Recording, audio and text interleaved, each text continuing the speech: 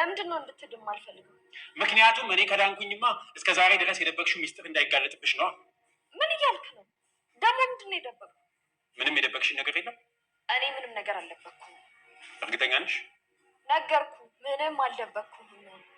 እንደዚህ ውሸታም አትመስኝም ነበር። እንደዚህ እንድትናገረኝ አልፈልግም። እኔ ውሸታም አልኩ። ሚኪ የድሮ ጓደኛዬ መሆኑን ግን አልነገርሽም። ቆይ እንዴት አወቅ? እሱ አንቺን አይመለከትሽም። ጓደኛህን ማግባቴን ብታውቅ እንደዚሁ ትጎዳ ነበር። እኔ ጉዳይ ጓደኛዬን ማግባትሽ ሳይሆን መዋሸትሽ ነው። እና ጓደኛህን በማግባቴ ምንም አልተሰማህም ማለት ነው? ምንም አልተሰማኝም። ስትታይ ግን በጣም የተናደድክ ነው የምትመስለው። መቀለጃ ስላደረጋችሁ ብቻ ነው የተናደድኩት። አንድ ልታውቀው የሚገባ ጉዳይ አለ። ምንድን ነው እሱ? ሚኪ ስለሚንደላቀቅበት ሀብት። ታዲያ እኔ ስለ እሱ ሀብት ምን አገባኝ? እንደፈለገ መሆን ይችላል። እሱ ምንም ሀብት የለውም። ሀብቱ ሙሉ ያንተ ነው። እየቀለድክ መሆን አለበት። የሚንፈላሰስበት ሀብት ሙሉ ያንተ ነው። ድርጅቱ፣ ቤቱ፣ መኪናው ሁሉም ያንተ ነው። እንዴ እኔ ሁሉ ሀብት ነበረኝ ማለት ነው? አዎ በአንተ ሀብት ነው። ቆይ እንዴት መልሰህ ሀብት ልትቀበለው ይገባል እኮ። ቤቱንም ድርጅቱን ሚስትንም ልትቀማው ይገባል። ይህማ በፍጹም የማይሆን ነገር ገላል። ቆይ እነማን ናቸው? ማን እንደሆኑ አላውቅም። የምጠረጥረው ሰው የለም? የምጠረጥረው ሚኪያስ ነው። ሚኪኛ የሆነውን ነገር በሙሉ ሊቀበልን የመጣው ምን? አዎ የእኔ የሆነውን ነገር በሙሉ እያንዳንዷን ትመልስልኛል። ምንድነው? ቆይ አንተ የሆነው ነገር ሚስትና ልጆቹን ፈልገን የመጣው? አይ እሱን አይደለም። እና ታዲያ ምን አባ ፈልገን? ሀብትና ንብረቴን በሙሉ እያንዳንዷን ቆጥራ ትመልስልኛለህ። ንብረቴን? አዎ። ይቅርታ ሞተ ነበር ስለተባልኩኝ ብቻዬን አዝኜ ተቀምጬ ነበር። ባይገርምህ ከአንተ ውጭ ወንድ አለ ብዬ አላስብም ነበር። ቆይ እያወራሁሽ የምትሄጂው ንቀት ነው? ቆይ ምን አድርጊ ነው የምትለኝ? ለምንድን ነው እያወራሁሽ ጥለሽኝ የሄድሽው? እያልኩ ከዚህ በላይ ከአንተ ጋር ማውራት ስለማልፈልግ። ለምንድን ነው ከኔ ጋር ማውራት ማለት?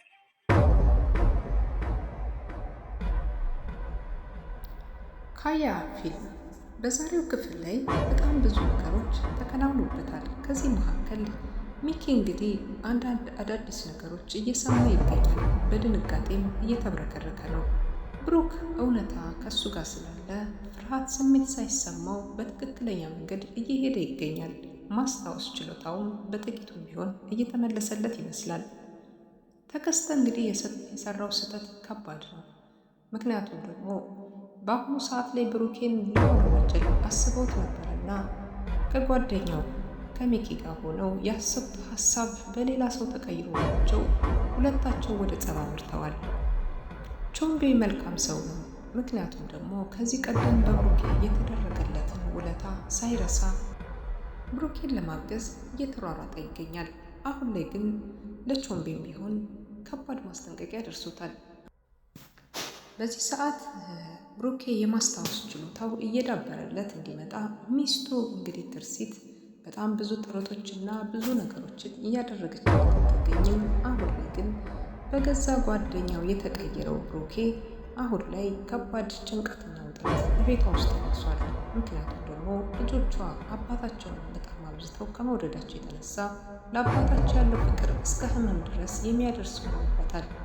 አሁን ላይ ትርሲት መጥፎ ነገር ያደረገችው ነገር ባይኖርም በመልካም ፈቃደኝነት ደስ ብሏት የምትኖረው አሁን ጓደኛውን አግብታ ሚኪን አግብታ እየኖረች ቢሆንም ግን ደግሞ አሁን ላይ ያለው ችግር እየተጧጧፈ የመጣው በሚኪ ጉዳይ ነው። ምክንያቱም ሚኪ ያደረገውን ነገር ስለሚያውቅ እሱ ለራሱ ፕሮግራም ብሎ ብሩኬን እንዲሞት ካደረገ በኋላ ግን ደግሞ ብሩኬ መቃብር ፈንቅሎ ተነስቷልና አሁን ላይ ግራ ተጋብቷል።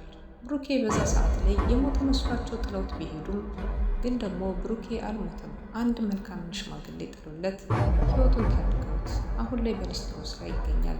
ያ ሁሉ የተንቀባረረ ህይወት በሚያምር መኪና በሚያምር ቤትና በተዋበ ትዳር ውስጥ የነበረው ብሩኬ ዛሬ ላይ የጎዳና ህይወትና እንዲሁም ደግሞ የሰው ጫማ እየጠረገ መተዳደሪያ ሆኖታል።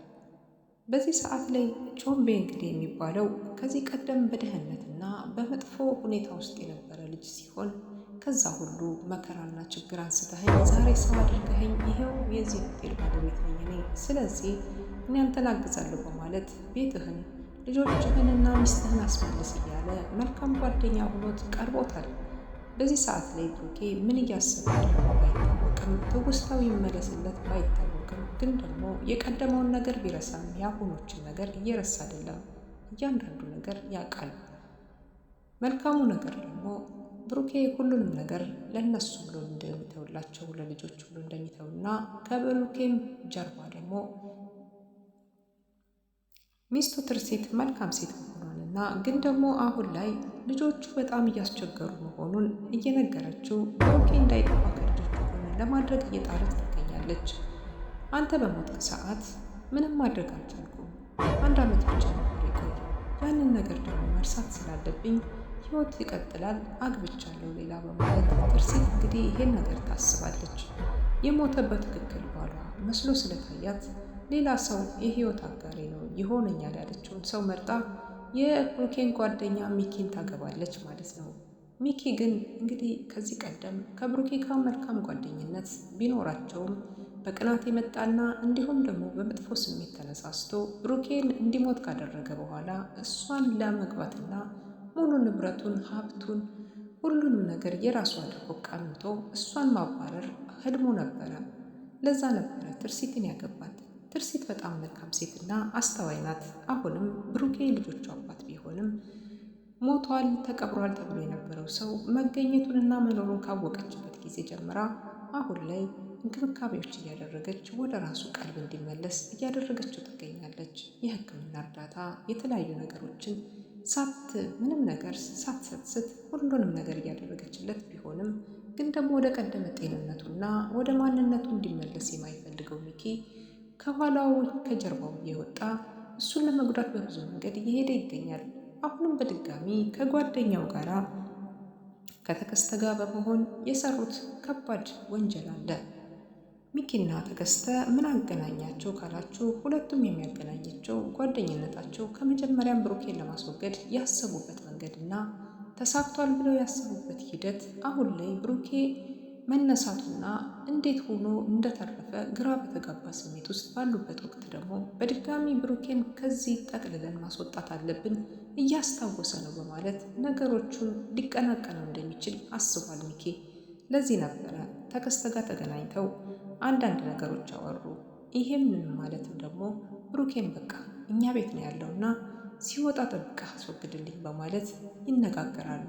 ምንም ሀሳብ አይግባህ፣ እኔ ተወው፣ በቃ ከአንዴና መጨረሻ ጊዜ እሱን አስወግደን እኛ እፎይ እንላለን በማለት ደስታቸውን ሲጋሩ ነበር።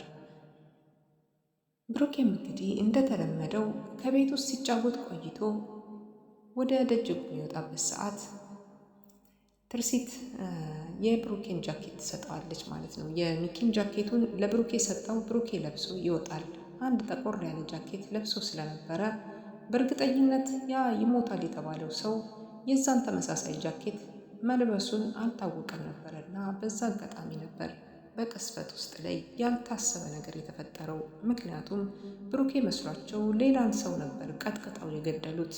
የብሩኬን ጃኬት የለበሰውን አይነት ተብሎ የታሰበውን ልብስ የለበሰውን አንዱን ሰው ቅጥቅጥ አድርገው ከገደሉት በኋላ በስተመጨረሻም ተከስተ ለጓደኛው ብሩክ ለሚኪ ጠርቶ ሚኪ ና እፈልግሃለሁ በማለት ከሁለታቸውም ከተገናኙ በኋላ የደስታቸውን ጽዋቸውን ለማንሳት እየተነጋገሩ ባለበት ሰዓት አሁን ላይ ግን በቃ የገደልኩትን ና ኤው አረጋግጠው ባይነህ አረጋግጥ፣ እንደባለፈው ደግሞ አፈር ልሶስ ቢነሳ በማለት ተከስተና ሚኪ በአንድ ላይ ወደ መኪናው አመርተው ነበር። በሄዱበት ሰዓትም ያየውን ነገር ማመን አቅቶታል።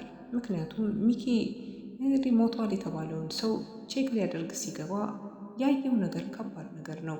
የሞተው ሌላ ሰው ነው፣ የተገደለው ሌላ ሰው ነው። የብሩኬን የተሰጠውን አይነት እንዲሁም ደግሞ የተነገረው የልብስ ከለር አንድ አይነት ቢሆንም ግን ደግሞ የሞተው ሌላ ሰው ነው።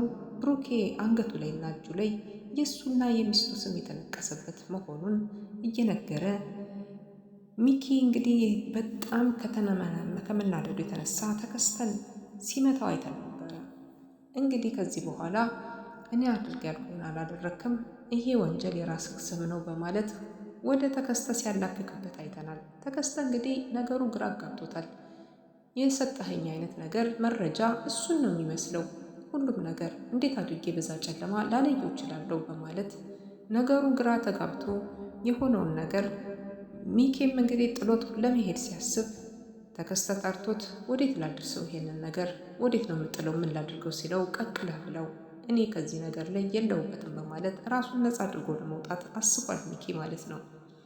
ወደ ቤት ከገባም በኋላ ሚኪ ሚስቱን እንግዲህ ትርሲትን አንድ ነገር ጠይቋት ነበር። ጃኬቱን ሲጠይቃት ጃኬቱን ለብሩኬ ብርድ ስለነበረ መሽቶም ስለነበር እንደሰጠችውና ያንን ጃኬት እንደለበሰ እየነገረችው በዛ ሰዓት ላይ ነበር ስህተት የተፈጠረው። የብሩኬን ሞት ሌላ ሰው ሞቶለት አሁን ላይ ብሩኬ እንግዲህ በህይወት እንዲኖር ተስፋ ሆነውታል ማለት ነው። ግን ደግሞ በነገራችን ላይ በጣም ብዙ ከባድ ችግሮች እና መከራዎች ከዚህ በኋላ የሚጠብቁት ይሆናል። አሁን ላይ በሀሳቡም ይሁን በውኑ ባይታወቅም ሚኪና ብሩኬ ፊት ለፊት የተገናኙ ይመስላሉ። ብሩኬ እንግዲህ ንብረቴንም ሁሉንም ነገር ትመልሳለህ፣ ሚስትና ልጆችን ከሆነ ያውልህ ፈልገህ ነው ብሎ ቢጠይቀው አይደለም ሀብቴን ሁሉንም ነገር ትመልሳለህ ሊለው ወደ ቤት የሄደ ይመስላል።